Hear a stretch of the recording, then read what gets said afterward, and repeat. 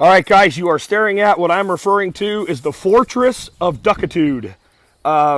These guys will be living out the first part of their life here. You'll have to excuse my voice today. I'm dealing with some laryngitis. At night, this will be closed up. I'm going to have to teach these guys where the heaters are because they haven't gone far since I put them in, but they seem pretty happy right now. What you're looking at out here is just an 8-foot cattle panel and with some poly over it. And the primary purpose of this is not to keep predators out per se, but to keep the cats, Fox and Dana, out. Fox and Dana do not bother the ducks, and they don't bother young ducks once they look like what they know as a duck. Furry and hopping around and disoriented like a duckling, I don't trust either of them. And I also don't trust Lucy, our dog. So all I did was put this little eye hook up here. This may be less than graceful opening. Yeah, I'm gonna with one hand here, but it's actually really easy. These reusable zip ties are one of my go-tos on the farm. So that keeps the top. Down here I got a cinder block against it. We'll just move that out of the way. And shift that to the side. And then we have a much more sturdy barrier down low, held by a couple cinder blocks. And that is not the 120 ducks you're supposed to be seeing.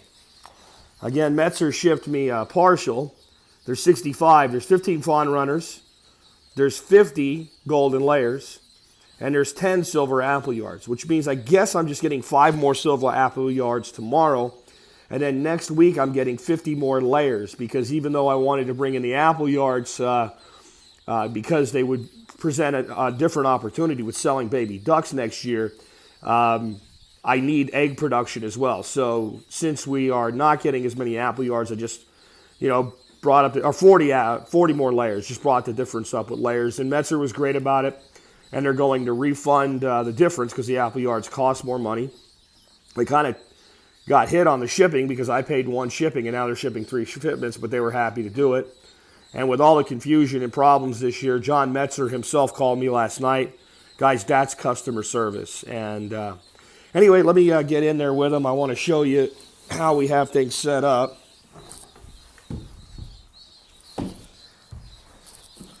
And the 2 greatest dangers these ducks are going to have till they get a little bigger are being wet and my feet. So I got to be really careful in here with them. But let me take you over here where they're not for a minute so I can show you. I kind of put the water catcher on steroids. Well, you just have 1/4-inch hardware cloth. And these were the frames of the old doors of the old aviary, so I had them up on hand. We have our metal water troughs, and we have basically the bottom of a big flower pot catcher under there to catch the water. And once they get a little bit more adept, I'll replace these with 5-gallon buckets with drinker cups. In fact, I'll probably get some of those in here today when I get a little more time to make a couple up. And once they start using them, I'll take these away because obviously those are more efficient. But the day they get here, the most important thing to me is I take every single duckling, and I'll go show you. If I can do it one hand, I'll show you. And I stick their nose in there, and I let them touch the water, and I teach them that's where water is. The first thing I want is I want them hydrated. And then, hey guys, how you doing? They're at that stage where they're not really even afraid of you yet. They're afraid of movement, but not you. Then I teach them about food. And the way I teach them about food is I don't stick their beaks in. I just start doing this. See? Because they like to mimic things. And once 1 or 2 starts eating, that's it. It's on. And this morning, I don't think I had half the box unloaded. And you could tell who was out first, who had already learned these basic things, and who was brand new. And as I went, the learning curve got shorter and shorter because they had other ducks to mimic. And that's one of the big things that you'll notice about your ducks is, they learn to mimic each other. Now this one here has managed to get wet, and I don't like that. I'll have to keep an eye on her. Wet is a bad thing. I don't know how she managed to do that. But we're going to get her dried up because she's not ready to preen yet. And that can be a bad thing to have a baby duck get wet. So I'm not sure how she managed, with all of the efforts I take, to keep them from doing that. That little guy over there looks a little wet.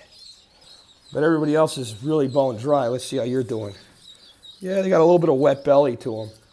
But they're managing to get their butts in there or something, man. What are you guys doing to me? Huh? Trying to teach people to keep you alive and you're trying to kill yourselves. Huh? Yeah. So what I'll do now is I'm going to start moving them over. I can't do that with the camera. I got to be careful I don't step on anybody. But I'm going to move everybody under the lights just so they know where the light is. You see I have 2 heat lamps. And it's pretty warm today. I'm actually worried about getting a little bit too warm in here for them today. But I'll probably add a 3rd heat lamp tonight. And I'll reroute the power cord. I'm going to have to put a penetration in the building back there so I can pop it through so that we'll be able to shut that door. But this got them set up for this morning. Anyway, let me take care of Mr. Wethead there and figure out exactly how they're managing to do this. And because I've never had a problem with them getting wet with this method before. But what I'm imagining is several of them basically have tried to wet themselves up. As long as they start preening, it's not a problem. But that's one of the first things they really need to learn to do after they learn to drink and eat, is they need to learn to preen. And if you get one, like, look, he's preening them for them. They're preening me. If a couple of them start preening themselves, everybody will start mimicking it, and we'll be good to go. I'll catch up with you later. All right, I decided to teach everybody where the warm spot is, and started off with the little wet girls first. And I'll have to keep an eye on these guys today. This is the number one thing you got to look out for. And you see this little duck here. She's kind of wet yet. And this one here too. And you'll notice that every once in a while you'll see the other ducks like pecking at the wet ones. And what that is they have an instinct in them to preen. Unfortunately, the first thing they start doing is preening other ducks that are wet. They don't necessarily learn to preen. You can see right there. That one's wet enough she should be preening herself, but she's preening her friend. And they don't do the best job of preening their friends. So you really got to keep an eye on that. But I think everybody here is fine. I'll probably check on them a few times over the next 15 minutes and make sure that everybody that's wet is getting good and dry. And I'll keep an eye on them. And if they keep getting themselves wet, what I will do is I'll take their water away for a while. They've had plenty of water now for quite a while.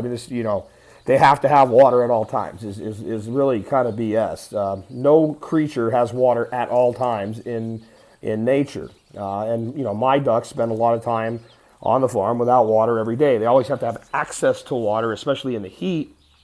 But as babies, we decide when and where and how they eat. And this is for their own protection, because you can see, I can tell you right now, that little duck right there, which is one of my very precious this year's silver apple yards, if I had not moved her, something that simple, there's a high likelihood she would have not made it.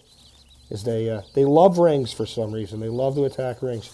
And this is where I got to be careful, because now I got them. There's worse ways to spend a day, though, guys, than surrounded by baby ducks, huh? If you feel bad or depressed or whatever, surrounded by this much baby duck, there's something wrong. You need to get on some kind of treatment plan or something, or maybe get on a duck treatment plan, because these guys are about the cutest. This is like when they're the best in some ways, but it's also when they're the biggest pain in the ass. Like this first week, making sure nobody dies of freezing to death, even though it's 65 degrees out and there's heat lamps inside a building, is important, because we don't want to lose you guys, do we? Yeah.